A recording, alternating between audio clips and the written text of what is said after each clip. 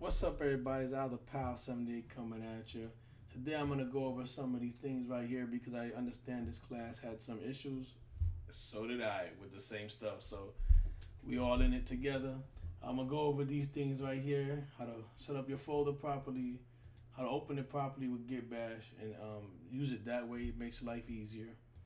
How to compress the zip folder or zip the folder. And a couple of shortcuts that I learned that I know will save you some time once you start getting things down. Hopefully, I don't confuse you more. Okay, let's start with the folder setup. Now, on my desktop, as you can see right here, I have this one called Coding Dojo. Okay, I put different things in here like CSS.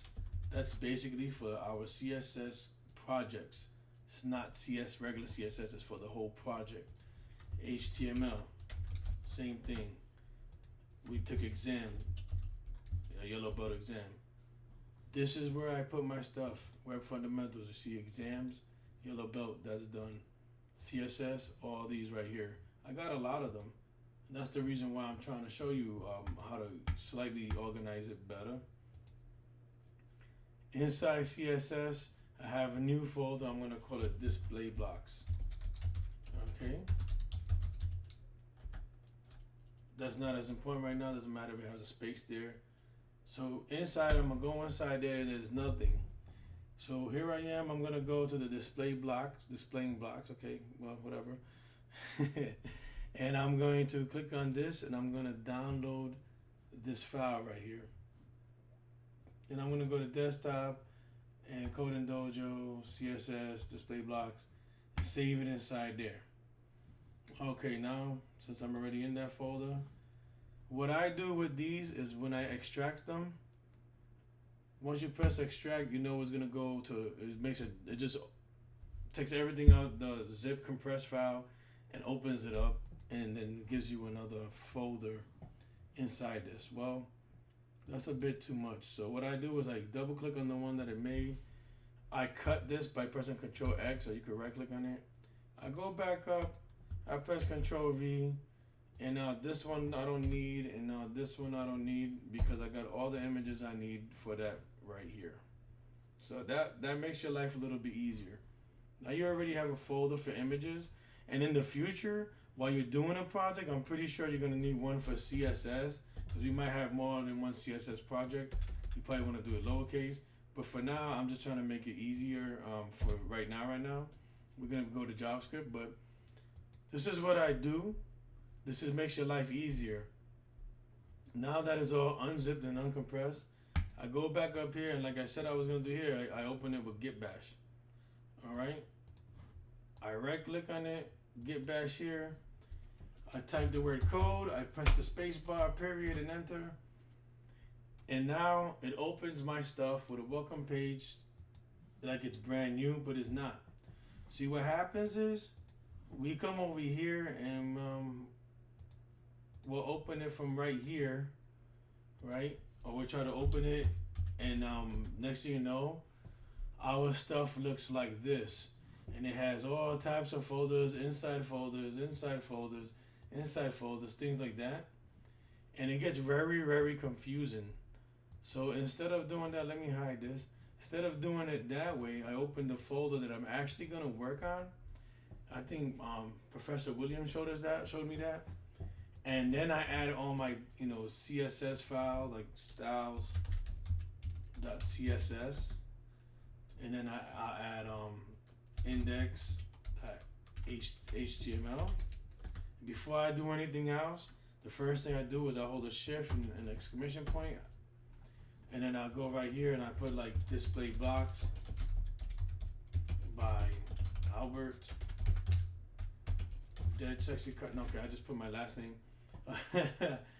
But that's the one of the next things I do, and then I come over here and I type in link, and I think we could have it if we do that types styles in there for us. You see that? So that's a neat trick.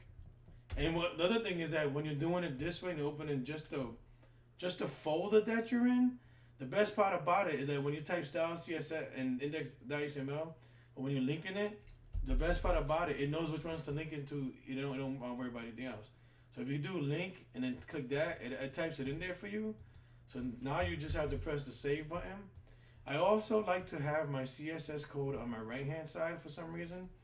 Other people have it on the left. I like it on my right hand side. It's just a preference thing. And then very next thing I do after that is I do this, and I put margin, and I put 0, and I put padding. And this is kind of like for me a template that I do all the time for myself. Another thing that I would like to teach you.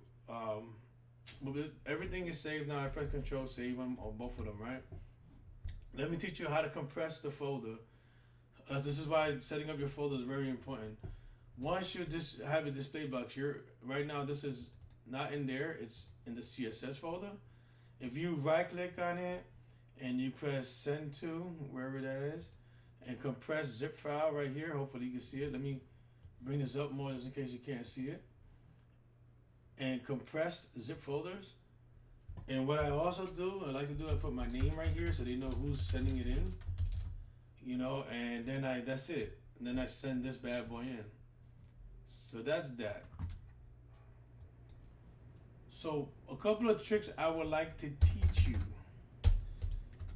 When you have to do ULs and LIs are inside the unordered list, and the list items tags are inside of that. Plus, you want to have an href tag. This saved me some time on the final web yellow belt exam thing. Is you could do this little trick that I found out when I was doing portfolio. Like, there's got to be an easier way. So, UL, you could do that. It does that, right? If you type in UL,